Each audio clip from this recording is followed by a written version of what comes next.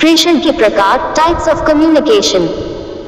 प्रभावशाली शिक्षण अधिगम प्रक्रिया को गत्यात्मक, सक्रिय एवं जीवंत बनाने के लिए संप्रेषण की निरंतरता या अनवरतता आवश्यक होती है। सभी प्रकार के संप्रेषण एक व्यक्ति से दूसरे व्यक्ति तक अभिसूचनाओं का संचार किया जाता है। कक्षा में शिक्षक पाठ्यवस्तु संबंधी तथ्यों व प्रत्ययों को शाब्दिक तथा अशाब्दिक आदि संप्रेषणों द्वारा शिक्षार्थी तक पहुंचाता है।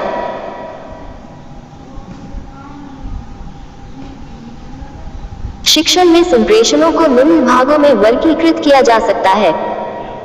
1. शाब्दिक संप्रेषण, वर्बल कम्युनिकेशन। शाब्दिक संप्रेषण में भाषा का प्रयोग किया जाता है। ये संप्रेषण मौखिक रूप में वाणी द्वारा तथा लिखित रूप में शब्दों, संकेतों, विचार, भावनाओं आदि के द्वारा दूसरों के समक्ष प्रस्तुत करने के लिए प्रयोग किया जाता है। शाब्दिक संप्रेषण को दो भागों में वर्गीकृत किया जा सकता है। मौखिक संप्रेषण, ऑरल कम्युनिकेशन। इस संप्रेषण में वाणी द्वारा तथ्यों एवं सूचनाओं का आदान प्रदान किया जाता है। इसमें वार्ता, परिचर्चा, सामूहिक चर्चा, व्याख्या, कहानी, प्रश्नोत्तर आदि के माध्यम से अभिव्यक्ति की जाती है।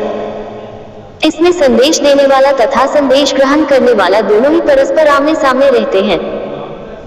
ये भी पढ़े शैक्षिकी मापन का अर्थ, परिभाषा और अंक, शैक्षिकी मापन के प्रकार, meaning and definition of educational measurement in Hindi.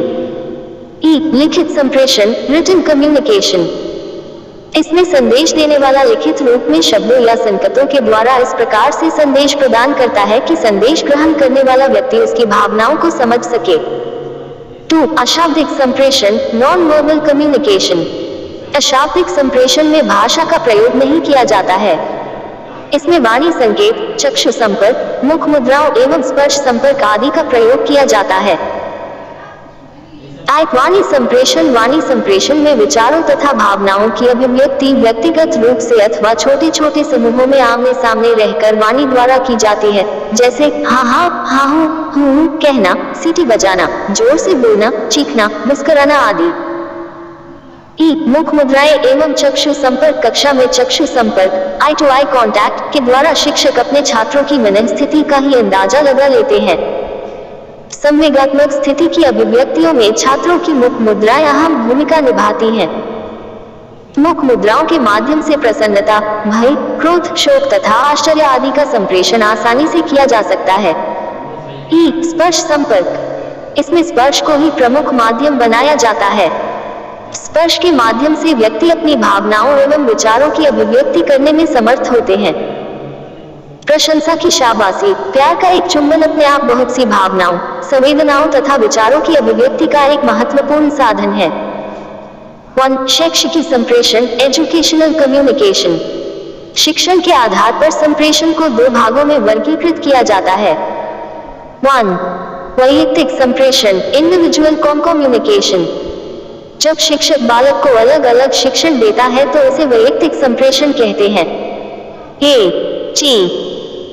Melvin के अनुसार विचारों का आदान प्रदान अथवा व्यक्तिगत वार्तालाप द्वारा बालकों को अध्ययन में सहायता, आदेश तथा निर्देश प्रदान करने के लिए शिक्षक का प्रत्येक बालक से पृथक पृथक साक्षात्कार करना। वैयक्तिक संप्रेषण के उद्देश्य, एम्स ऑफ इंडिविजुअल कम्युनिकेशन। वैयक्तिक शिक्षण के निम्नलिखित उद्देश्य हैं। 1. शिक्षार्थियों में व्यक्तिगत विभिन्नताएं होती हैं, उनकी रुचियों, अभिरुचियों, आवश्यकताओं और मानसिक योग्यताओं को ध्यान में रखा जाता है। 2. साधारण शिक्षार्थियों के लिए व्यक्तिगत शिक्षण आवश्यक है। ये भी पढ़े पठन अक्षमता या अयोग्यता, डिस्लेक्सिया, पठन अक्षमता या डिस्लेक्सिया के कारण एवं उपचार। 3. शिक्षार्थियों की विशिष्ट योग्यताओं और व्यक्तित्व का विकास करना। 4. शिक्षार्थियों को क्रियाशीलता का अवसर प्रदान करना। वैयक्तिक संप्रेषण के गुण, मेरिट्स ऑफ इंडिविजुअल कम्युनिकेशन। वैयक्तिक संप्रेषण के गुण निम्नलिखित हैं। 1. यह विधि बाल केंद्रित होने के कारण मनोवैज्ञानिक है। 2. यह विधि बालक को क्रियाशील बनाती है, इससे बालक अधिक ज्ञान अर्जित करने में समर्थ होता है। 3. इस विधि में बालक को ज्ञान अर्जित करने के लिए प्रेरित किया जाता है, अतः वह स्वयं करके सीखता है। 4. इस विधि में शिक्षक बालक के ऊपर अपने व्यक्तित्व का प्रभाव डालने में समर्थ रहता है। 5. इस विधि में शिक्षा व्यक्तिगत भिन्नताओं के अनुसार दी जाती है। 6. यह विधि सीखने के व्यक्तिगत सिद्धांत पर आधारित है। 7 इस विधि में शिक्षक बालक पर व्यक्तिगत ध्यान देता है।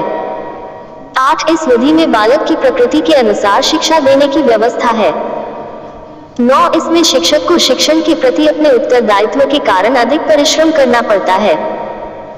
10 यह विधि मंद बुद्धि एवं प्रखर बुद्धि दोनों प्रकार के छात्रों के लिए उपयोगी है। वैयक्तिक संप्रेषण के दोष, डिमेरिट्स ऑफ कम्युनिकेशन। वैयक्तिक संप्रेषण के कुछ दोष निम्नलिखित हैं। 1 यह विधि अधिक खर्चीली है, अतः प्रत्येक समाज इसकी व्यवस्था नहीं कर सकता। 2 प्रत्येक छात्र के लिए व्यक्तिगत रूप से शिक्षक का प्रबंध करना असंभव है। 3 इसमें शिक्षक और बालक दोनों के समय और शक्ति का अपव्यय होता है। 4 यह विधि अव्यवहारिक है। 5 इस विधि से बालकों में प्रेम, सहयोग, आत्मविश्वास, आत्मत्याग की भावना का विकास नहीं हो पाता। 6 इस विधि में प्रेरणा, प्रोत्साहन आदि प्रतिस्पर्धा का अभाव रहता है। 7 प्रत्येक बालक के लिए यह विधि उपयोगी नहीं है। 2 सामूहिक संप्रेषण, कलेक्टिव कम्युनिकेशन। सामूहिक संप्रेषण का अर्थ कक्षा शिक्षण से है। सामूहिक संप्रेषण के लिए एक सी मानसिक योग्यता वाले छात्रों के अनेक समूह बना लिए जाते हैं। इन समूहों की कक्षा कहते हैं। ये कक्षाएं सामूहिक इकाइयां होती हैं। शिक्षक इन कक्षाओं में शिक्षण कार्य करते हैं। इस प्रकार सामूहिक शिक्षण में शिक्षक सामूहिक शिक्षण द्वारा ज्ञान प्राप्त करते हैं।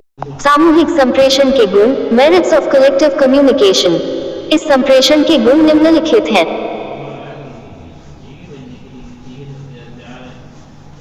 1 यह विधि सरल एवं व्यवहारिक है। 2 इस विधि से शिक्षा देने में बालकों की तर्क शक्ति, कल्पना शक्ति एवं चिंतन शक्ति का विकास होता है। 3 इस विधि में बालक सामूहिक भावना से कार्य करते हैं, उनमें प्रतियोगिता की भावना का विकास होता है। 4 इससे बालकों में अनुकरण की भावना उत्पन्न होती है। 5 यह विधि छात्रों में पढ़ने के लिए उत्साह पैदा करती है तथा उन्हें नवीन ज्ञान एवं सुझाव प्रदान करती है। 6 यह विधि संकोची एवं लज्जाशील बालकों के लिए अधिक उपयोगी है। 7 कक्षा में विचारों का आदान प्रदान होने के कारण बालकों की कार्यकुशलता बढ़ती है। 8 यह विधि छात्रों को योग्य नागरिक बनने और भावी जीवन की तैयारी करने के अवसर प्रदान करती है। सामूहिक संप्रेषण के दोष, डिमेरिट्स ऑफ कलेक्टिव कम्युनिकेशन। सामूहिक संप्रेषण के मुख्य दोष निम्नलिखित हैं।